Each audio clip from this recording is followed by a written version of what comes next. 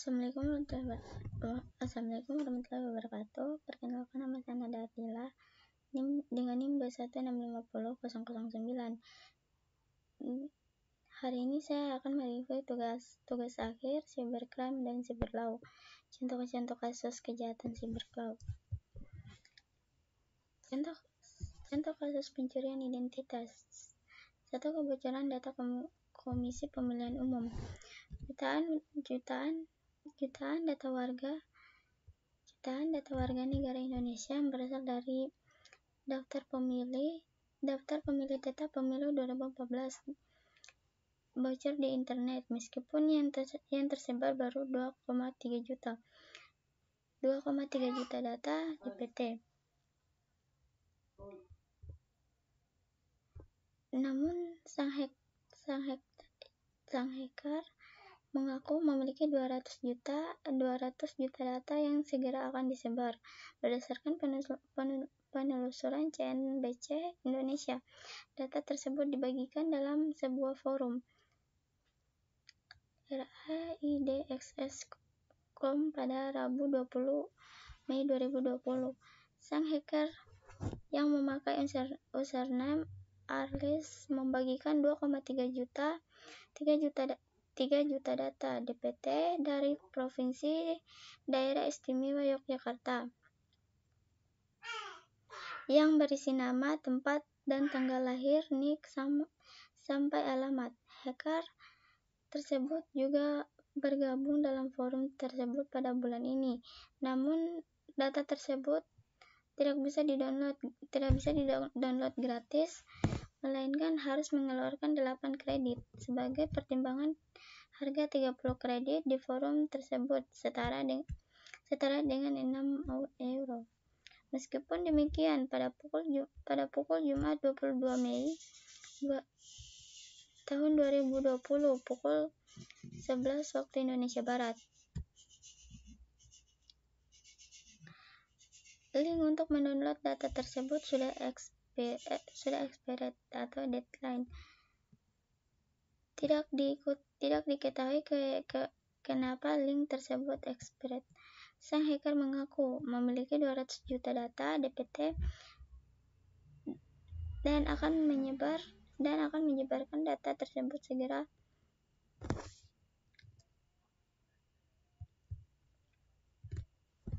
Yang kedua, wanita 24 tahun dipenjara 66 bulan atas pencurian identitas senilai 51,5 miliar.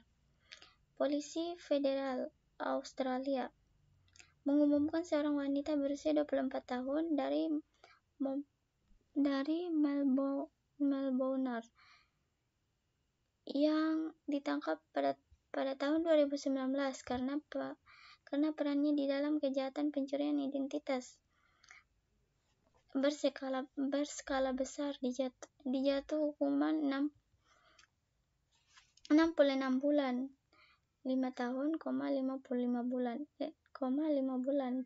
di penjara. Mengutip laman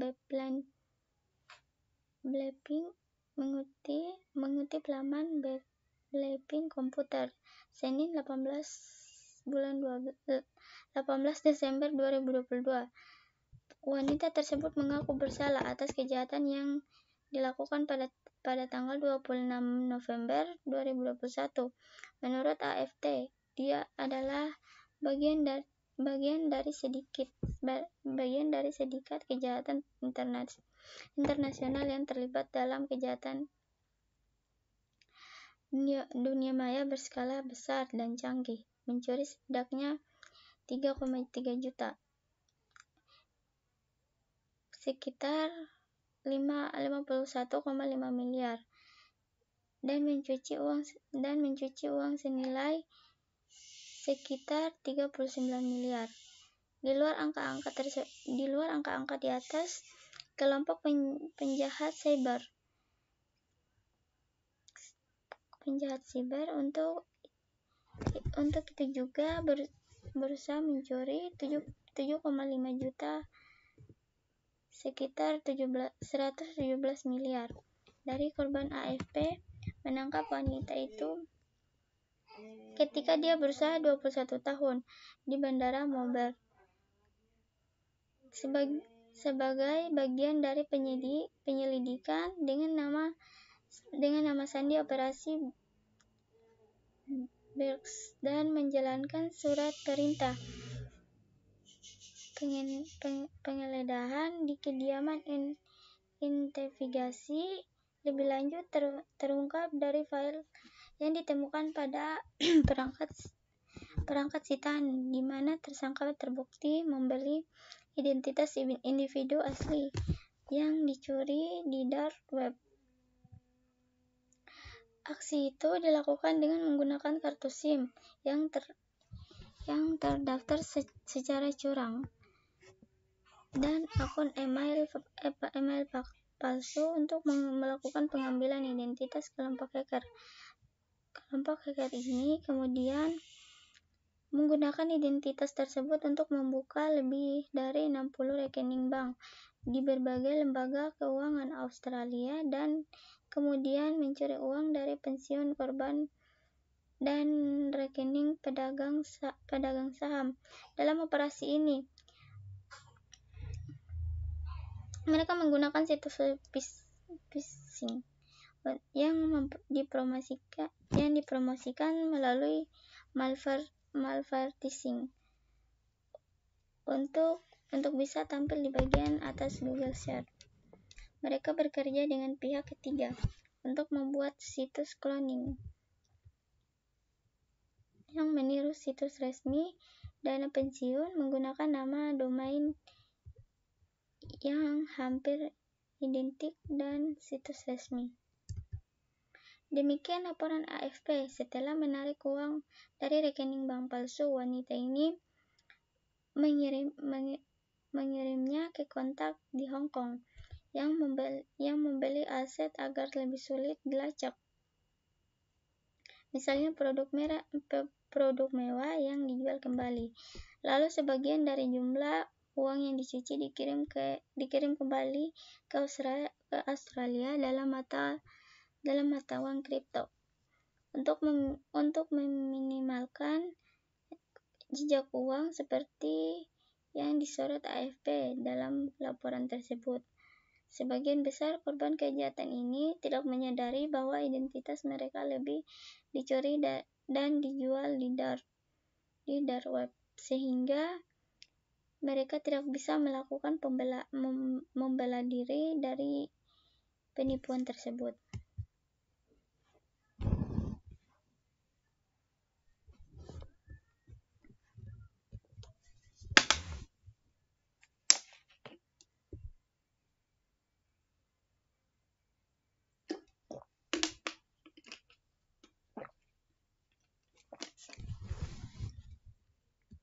Tiga Barreskrim terapkan 2 tersangka perentasan kartu kredit WN Jepang. Direktorat Tindak Pidana Siber Barreskrim Polri menetapkan 2 orang sebagai tersangka kasus perentasan kredit kartu kredit milik warga negara Jepang. Direktur Tindak Pidana Siber Barreskrim Polri Brigjen Adi Vivit Agustiadi Baktiar menyebut 2 tersangka berinisial SB dan DK. Keduanya adalah warga negara Indonesia. Perkara ini merupakan akses ilegal dengan cara meretas kartu kredit yang digunakan oleh para pelaku untuk melakukan pembayaran elektronik di beberapa marketplace di Jepang. Kata Adi Vivit, Lobi Barreskrim Mabes Polri, Jakarta, Selasa 8 Agustus 2023. Adi Vivit menjelaskan kedua tersangka adalah rekan sesama Jockey di Bali. Mereka berdua kemudian mengatur strategi untuk melakukan tindak pidana dengan membeli akses peretasan di 16 shop. Kedua orang ini saling bekerja saling bekerja sama dengan otaknya adalah saudara DK. Ucap Adi Vivit menyebut Bareskrim pun menangkap satu tersangka inisial DK di Indonesia, sementara SB telah diamankan di Jepang. Adi mengatakan SB diamankan usai penyidik melakukan koordinasi dengan atase kepolisian Jepang.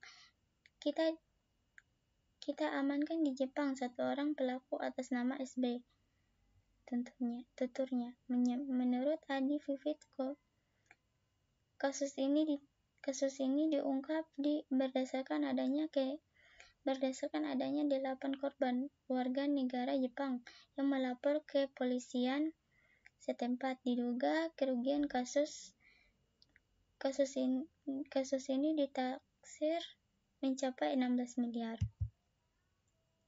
Tersangka DK terjerat pasal 363 KUHP tentang pencurian, lalu pasal 46 ayat 1, ayat 2, ayat 3 Junto pasal ayat 30 ayat 1, ayat 2, ayat 3 Junto pasal 48 ayat 1, pasal 32 ayat 1 Junto pasal 51 ayat 1 Junto pasal 35 Undang-Undang Nomor 11 Tahun 2008 tentang Informasi dan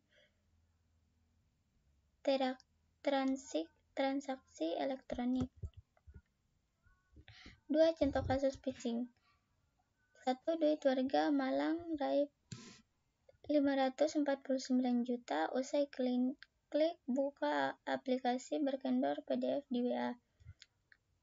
Warga Kota Malang, Irwan Gema, mengaku kehilangan uang 549 juta dalam sekejap usai mengklik file aplikasi berkedok file format PDF yang dikirim melalui aplikasi WA dan HP. Irwan telah mengadukan kejahatan diduga phishing yang menimpanya ke bank tempat dirinya menyimpan tabungan.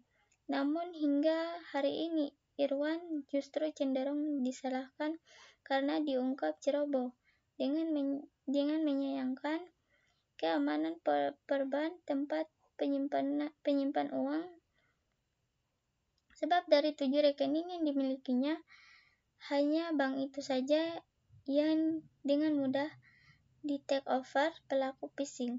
Saya ada 7 rekening, semua aman. Bahkan ada yang mengirimkan notifikasi bahwa upaya login gagal. Terus yang ini justru kebobolan, kata Iwan dilansir Detik Jawa Timur, Jumat 14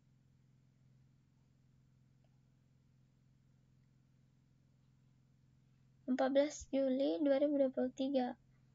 Irwan mengaku kejadian yang bermula saat dirinya mendapatkan sebuah kiriman file dari orang tak dikenal pada Minggu 11 Juni subuh. Tanpa curiga, Irwan membuka berformat PDF namun membuat HP-nya hang.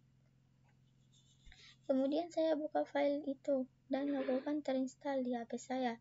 Lalu tiba-tiba muncul beberapa pesan SMS untuk mencoba masuk ke akun internet M-Banking saya di aplikasi handphone, katanya. Aplikasi berkedok file PDF yang dia buka itulah yang diduga menjadi jalan bagi pelaku untuk mendapatkan informasi dari HP korban. Setelah itu, pelaku berupaya untuk mengganti kata sandi aplikasi internet M-Banking milik korban, hingga kemudian terjadi 2 kali transaksi di rekening pelaku. Tapi Irwan tak bisa berbuat apa-apa karena tidak bisa menangani HP-nya. Saat itu, Senin 12 Juni, Sekitar pukul 1:23 waktu Indonesia Barat dini hari, transaksi pertama sesama rekening bank saya atas nama Iwan sebesar 500 juta. Dan pada pukul 1:24 waktu Indonesia Barat kembali terjadi transaksi senilai 49,9 juta ke rekening bank lain atas nama Rachma Fauzi. Padahal saya tidak melakukan transaksi itu sama sekali, ujarnya. Irwan telah mengadu kasus yang dialaminya ke polisi. Wakasat Reskrim Polres Malang Kota AKP Nurwasis mengaku belum tahu detail laporannya yang dilayangkan korban. Dia menghimbau masyarakat yang berhati-hati telah berhadap beragam modus penipuan. 2. Gadaikan SK ratusan juta PNS ini malah jadi korban phishing. Seorang PNS di Yogyakarta berinisial DR disebut stres dan depresi gara-gara tertipu aplikasi online hingga 600 juta. PNS di Yogyakarta itu berharap kasus diusut hingga tuntas oleh aparat penegak hukum. DR wanita yang berprofesi sebagai PNS ini tertipu hingga 600 juta, kata kuasa hukum DR, Fitra Bukhari, dalam keterangan tertulis Minggu 30 Maret 2023. Modus yang digunakan adalah phishing pengebulan, yakni pelaku mengundang korban ke grup Telegram. Di dalamnya telah ada 20 orang yang diminta menyelesaikan misi di aplikasi TikTok. Misi yang dijalankan awalnya cukup ringan, yakni memfollow dan memberikan klik like kepada beberapa akun yang ditentukan. Jika telah melakukan, maka dituntaskan untuk mengkaptur tugas tersebut dengan mengirimkannya kepada admin Biber Fitra Bukhari. Di sini pelaku melancarkan aksinya. Menurut keterangan korban, pelaku meminta korban melakukan top up saldo untuk mencairkan koin yang sudah terkumpul dari hasil komisi atau misi yang telah dilakukan. Korban diarahkan dengan melakukan top up melalui website yang menyerupai aplikasi TikTok. Top up tersebut ditransfer ke penerima yang berbeda. Kisah Fitra Bukhari. Korban mengaku telah melakukan transaksi ini selama hampir 1 bulan, dari 7 April hingga 28 April 2023. Total dana yang sudah ditransfer sebanyak 600 juta. Korban percaya nominal uang yang ditransfer bertambah terus di akun website yang menyerupai TikTok, ungkap Fitra Bukhari. Ketika korban ingin melakukan penarikan secara langsung maupun bertahap, selalu dibuat gagal. Diklaim melakukan kesalahan dan dilakukan pembekuan akun. Untuk mengaktifkan kembali akun tersebut, korban diminta untuk mentransfer dana sebesar 700% dari nominal koin yang ada di akun. Koin DR saat ini berjumlah 601.850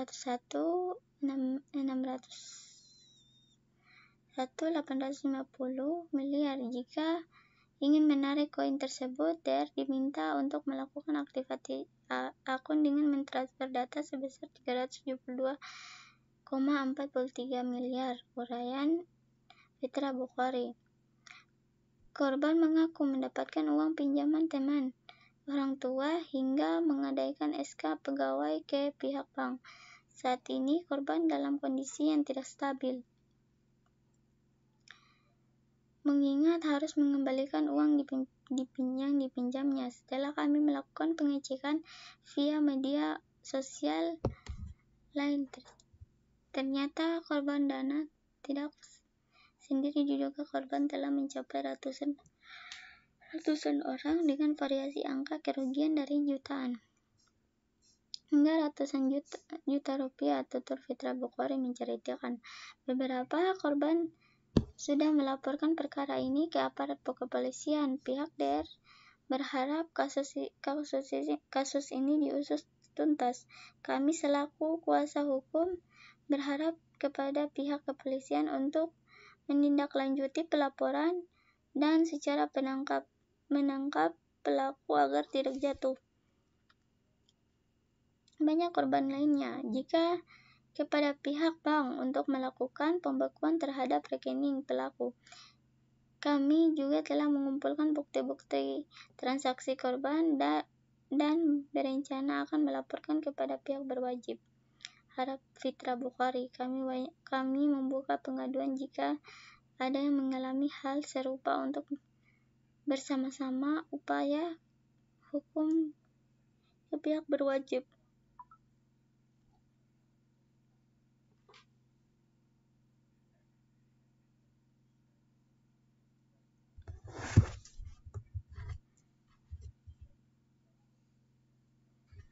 Polda Metro tertangkap menjual link phishing untuk bobol rekening. Direktorat Reserse Kriminal Khusus Polda Metro Jaya menangkap pria asal Kalimantan Barat berinisial AF 25 tahun karena telah menjual link phishing atau link palsu yang menyerupai website resmi bank. Dalam 1 bulan pelaku meraup untung hingga puluhan juta. Di Skrimsus Polda Metro Jaya, Kombes Ade Safri Simanjuntak menyatakan pelaku AF sendiri ditangkap pada Senin 28 Agustus kediamannya di wilayah Sungai Raya, Kubu Raya, Kalimantan Barat.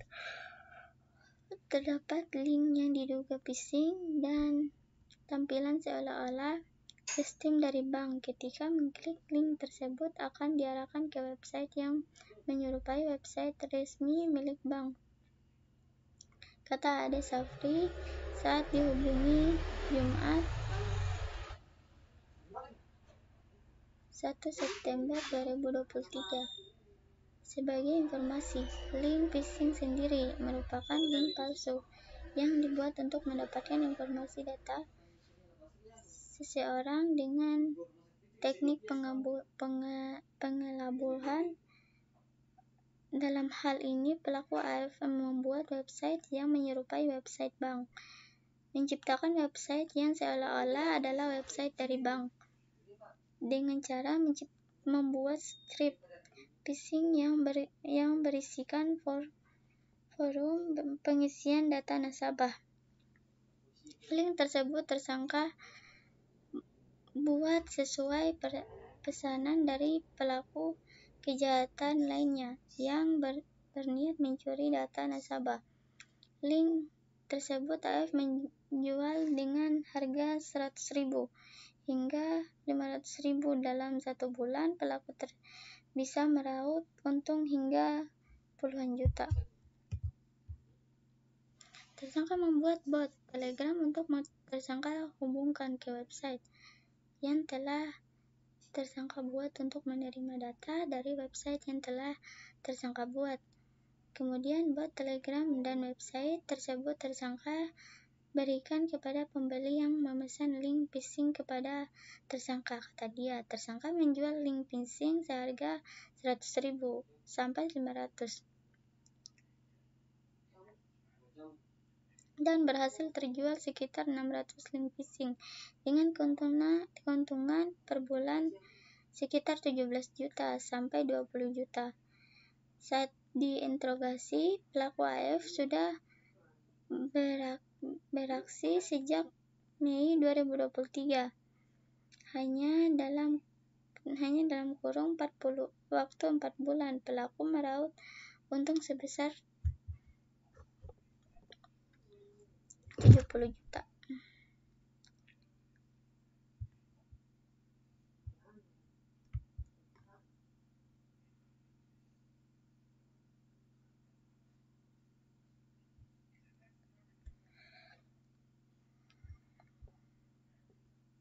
Tersangka mulai membuat link phishing sejak bulan Mei 2023 dengan total keuntungan sekitar 70 juta selama 4 bulan.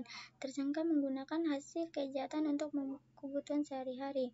Saat ini pelaku AF sudah ditetapkan jadi tersangka dengan ditahan kepolisian. Lanjut, Ade Safri masih mendalami kasus yang ada tersebut, mencari tahu para pembeli link tersebut.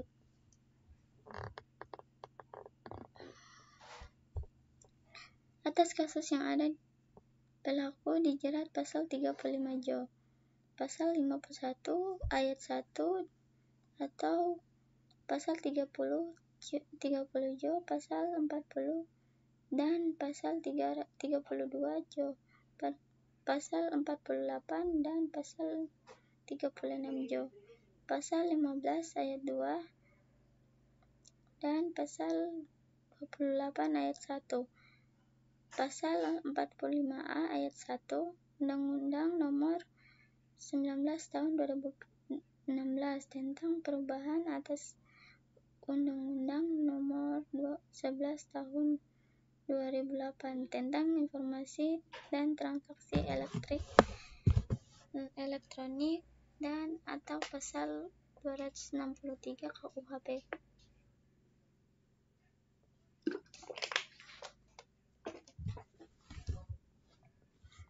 Kasus malware, spyware Pegasus. Contoh kasus malware yang selanjutnya tak kalah heboh adalah kasus seragam spyware Pegasus pada November 2019 kemarin. Contoh spyware buatan perusahaan asal Israel, NSO Group, diduga sebagai otak dari peretasan WhatsApp yang mentargetkan 1.400 orang. Mereka menjadi korban adalah diplomat, pembekang politik, wartawan, dan penjabat senior pemerintah. WhatsApp menggunakan NSO Group penyusup Pegasus melalui fitur video call WhatsApp. Pegasus melakukan inisial data diekstraksi, pemantauan pasif, pengumpulan data korban secara aktif, dan menahan komunikasi yang dikirim dan diterima dari perangkat korban. Serangan software Pegasus ini juga sulit terdeteksi. Hal ini karena Pegasus tidak menguras habis baterai perangkat korban, memori, dan penggunaan data yang sedikit.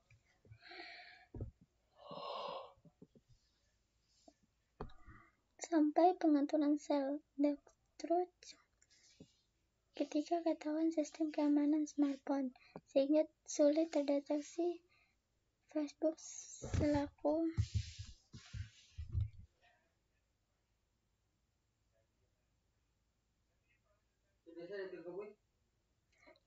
pemilik WhatsApp pun membawa kasus ini ke pengadilan. Pemerintah Indonesia pun turut memantau pergerakan software tersebut. Menkominfo Johnny G. Plate mengatakan pihak melakukan monitoring terkait ancaman serangan software Pegasus yang menginfeksi WhatsApp. Namun Kominfo belum melihat dampak dari virus jahat itu terhadap pengguna WhatsApp Indonesia. Baik, itu saja yang dapat saya sampaikan. Wassalamualaikum warahmatullahi wabarakatuh.